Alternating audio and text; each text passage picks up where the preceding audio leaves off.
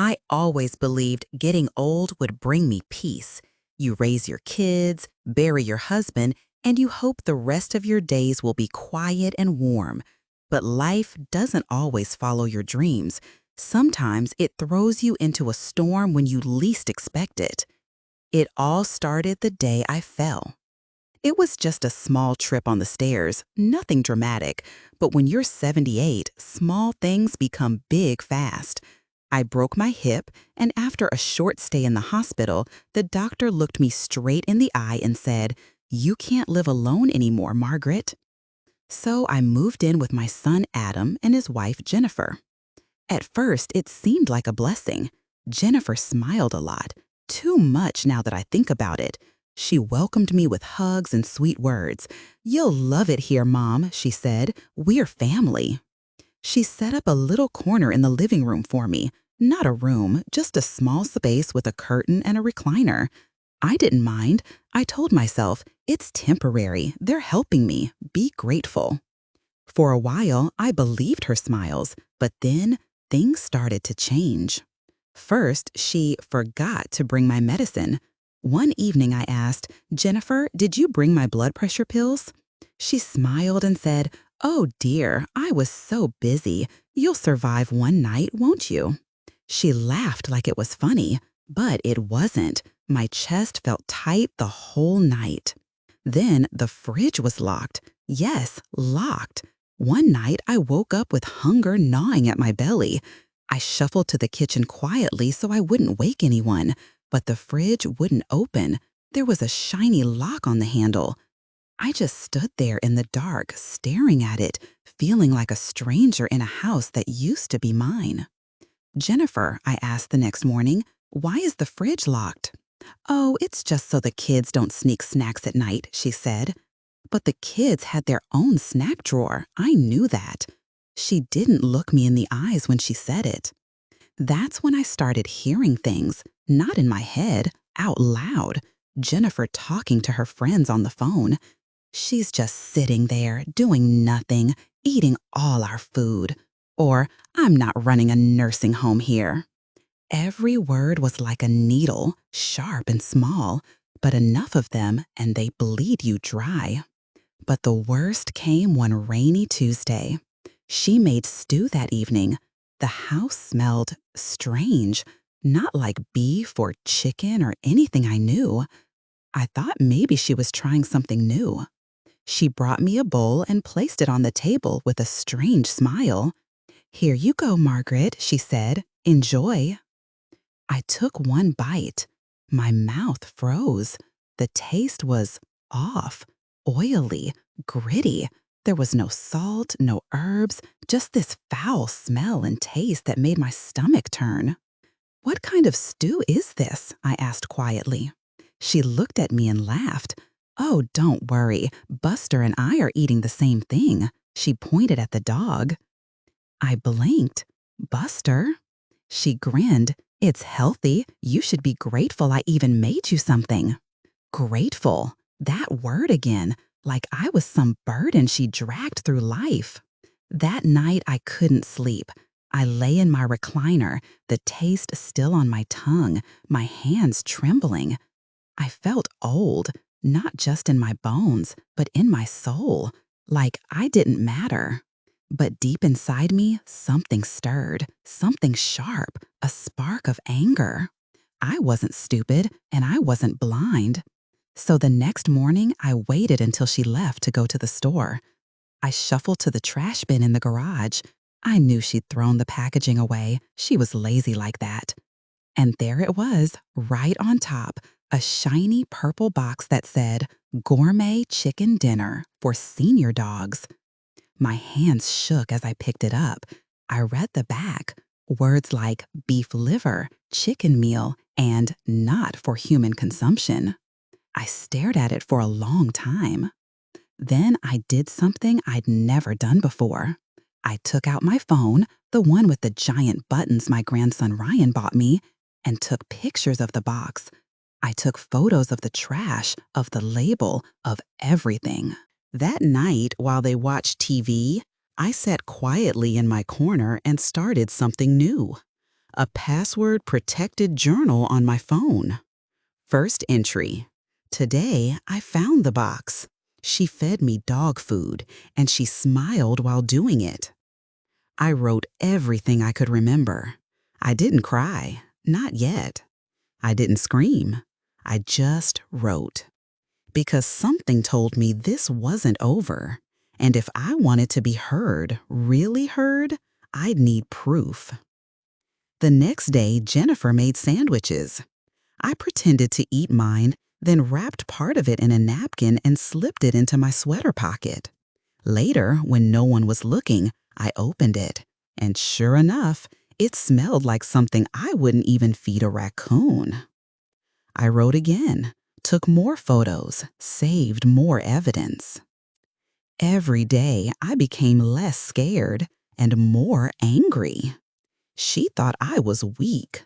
She thought I was too old to notice, too old to fight back. But I wasn't. Not yet. And this old woman? She was about to show everyone that even faded flowers can still have thorns. They say when you're old, people stop listening. That's the cruelest part. Not the weak knees or the aching back, but the way your words fall flat like raindrops on glass. I knew if I told anyone about Jennifer, they'd pat my hand and say, "You must be confused," or worse, "Maybe you imagined it." But I wasn't confused, and I certainly wasn't imagining things.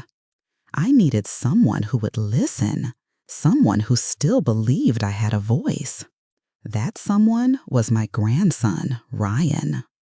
Ryan was my first grandbaby. I still remember when he was born, red-faced and loud, just like his mother. But now he was a tall, smart law student with a sharp mind and a kind heart. I waited until Jennifer took the kids to their dance classes one Saturday and called him. "Ryan," I whispered into the phone, my hand shaking, "I need to talk to you, but you can't tell your dad or Jennifer yet." He paused. "Grandma, what's wrong?" So I told him. Not everything, just enough to make him quiet. I told him about the stew, the trash, the dog food box, the photos I took. I could hear the air tighten on his end of the call.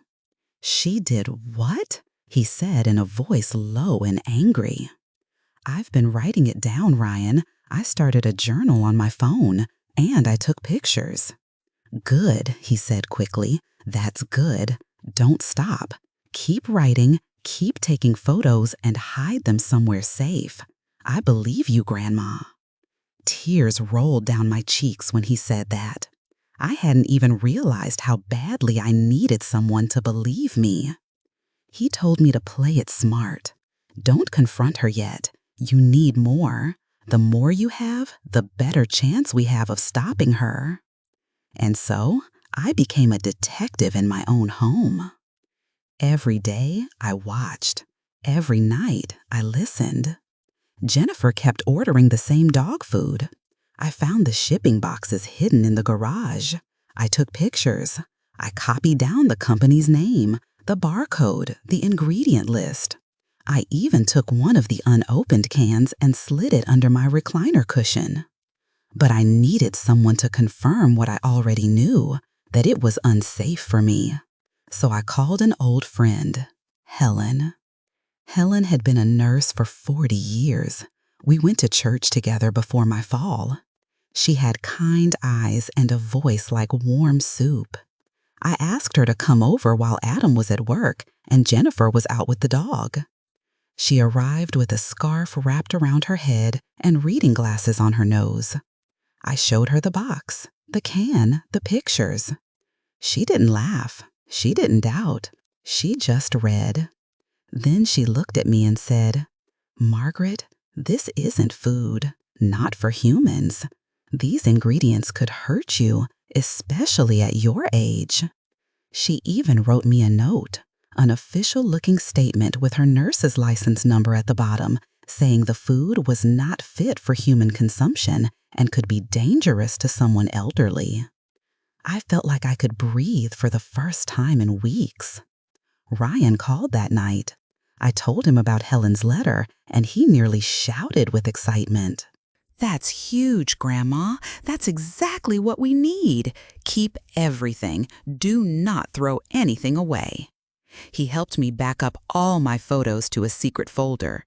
We made copies of the letters, screenshots of Jennifer's online orders, and even printed out her Amazon receipts.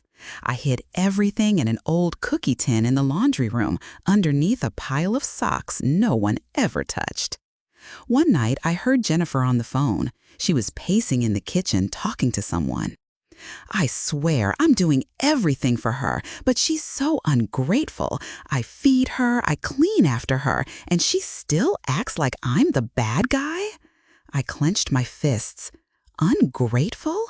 I was grateful for every second I had left in this life, but I wasn't grateful for poison served with a smile. Ryan said the time was almost right. One last thing, Grandma. You need to hit them when they can't run, when the whole family is there. I smiled slowly. I knew exactly when to strike. That Sunday, we were having a family dinner. Adam, Jennifer, the kids, even my other grandson, Luke, who rarely visited. The table was full of laughter and food, but I didn't eat. I only watched. When the plates were empty and the conversation quieted, I stood up. My knees ached, my hands shook, but my voice, it was clear. I have something to share, I said. Jennifer smiled, confused. Margaret, sit down. You're tired. But I didn't sit. Instead, I reached under the table and pulled out a folder. Inside were the photos, receipts, order records, Helen's letter, even a printed label from the dog food box. I laid them on the table slowly, one by one. What is this? Adam asked. Jennifer went pale. These, I said softly, are the meals I've been served. And these, I pointed at the label, are what they're made for. Everyone was silent. I've eaten worse in my life, I said, locking eyes with Jennifer, but never with less love. And then I turned, walked to my recliner, and sat down. The silence in the room could have swallowed the whole house. Jennifer stammered something, but no one answered her. Adam just sat there, eyes wide. Luke leaned forward and started reading through the pages. I didn't need to yell. I didn't need to cry. I had spoken, and they had heard me. After that dinner, the house didn't feel like home anymore, not for them. Jennifer stopped pretending. No more fake smiles, no more sweet voices. She walked around tight-lipped, slamming cabinets, speaking only in cold, sharp words. Adam barely spoke at all. He looked ashamed, like he wanted to say something but didn't know how. I didn't care. I had spent too many years whispering to myself in the dark, wondering if I was being too sensitive, too old, too much of a burden. But the silence after the truth, that silence felt like freedom. Still, Ryan said we weren't finished yet. He wanted everything locked down tight. Then came Luke. He was quiet, thoughtful, Ryan's cousin, a third-year law student with a sharp brain just like his. But while Ryan was all fire, Luke was ice, calm, careful, calculating. He came over the next day. Grandma, he said, I read everything. I believe you, and I want to help finish this. We made a plan. Luke helped me gather the rest of the documents. He had me print my medical records, proof of my blood pressure, digestion problems, and fragile immune system. He said they could show how the dog food might have harmed me long term. He dug through credit card statements and matched them to Jennifer's order dates. He even traced the shipping company and pulled public records of deliveries. Every time she bought another box of dog food, Luke added it to a timeline. He laid it all out like a puzzle, piece by piece, showing how the cruelty had started small, missed pills, skipped meals, and built into something colder, more calculated. This isn't just neglect, he said. It's abuse, emotional and physical. I thought about all the nights I went to bed hungry, staring at the locked fridge light glowing through the slats. I thought about that smirk on Jennifer's face when she said I should be grateful to eat like the dog. Abuse. Yes, that's exactly what it was. But I wasn't going to live like a victim. Not anymore. A week later, I invited the family again, this time to my dinner. I cooked the entire meal myself, with help from Emily, my sweet granddaughter who lived across town. She had a warm heart and strong hands, and she peeled potatoes faster than any machine. I made roast chicken with honey glaze, mashed potatoes with extra butter, green beans with almonds, and the fluffiest dinner rolls you ever did taste. Real food. Food made with care. And this time, when they all sat around the table, something was different. I was standing at the head. Luke stood beside me with a laptop and a projector. When everyone was seated, he cleared his throat. I want to share something, he said, calm and clear. It's about Grandma. He clicked the remote, and on the wall, a slideshow began. First came the photos, Jennifer's order receipts side by side with the dog food images. Then the ingredient list, marked in red where it was harmful to humans. Then Helen's letter, stamped and signed. Then the credit card statements, matching each delivery with the night Grandma got sick. And finally, the worst photo of all, the almost empty fridge taken late one night while Buster's food bowl sat full on the floor. Jennifer gasped. Adam rubbed his forehead. But we weren't done yet. Luke pulled out one last folder and laid it gently in front of me. It was a property deed. I opened it and turned it toward Adam and Jennifer. This house, I said softly, has always been in my name, not yours. I gave you both a roof, warmth, and love, and this is how I was repaid. They stared. I took a deep breath. So, I've made a decision. I'm moving out. The house will be sold, and you will receive nothing. Not my money, not my pity, and certainly not my silence. Jennifer opened her mouth to speak, but I raised my hand. I'm not angry. I'm not bitter. I'm just done. Then I smiled, really smiled for the first time in a long while. I deserve peace, I said, not poison. A few weeks later, I moved into Emily's home. Her guest room had fresh sheets and sunlight and the smell of lavender. She made me tea every morning and gave me a bell to ring if I needed her. I haven't used it once. Ryan and Luke still visit. We laugh now, real laughter, the kind that makes your ribs sore and your eyes wet. Adam sent me a letter, handwritten. It said he was sorry for not seeing, sorry for not stopping it, said he was trying to be better. Jennifer, she moved out, filed for separation. I don't know where she is now, and honestly, I don't care. Sometimes I still think about that stew, the one that started it all. The bitter taste, the cold spoon, the way she smiled at me, knowing. I used to wonder how someone could do that, feed an old woman dog food and still sleep at night. But then I realized something. It wasn't about the food. It was about power. Taking away someone's choice, their dignity, their voice. Well, she didn't take mine, not in the end, because I stood up, because I spoke, because even after everything, I still believe in something stronger than cruelty. Love. The kind that makes you fight. The kind that tastes like honey-glazed chicken and warm mashed potatoes. The kind that wraps around your old bones and reminds you that you matter. I may be 78 years old, but I'm not done living, not by a long shot. And if anyone out there is reading this, thinking they're too old, too small, too tired to stand up, hear me now. You are not too late. You are not too weak. You still matter. And you still have the right to say, I deserve peace, not poison. Kindly subscribe for more stories.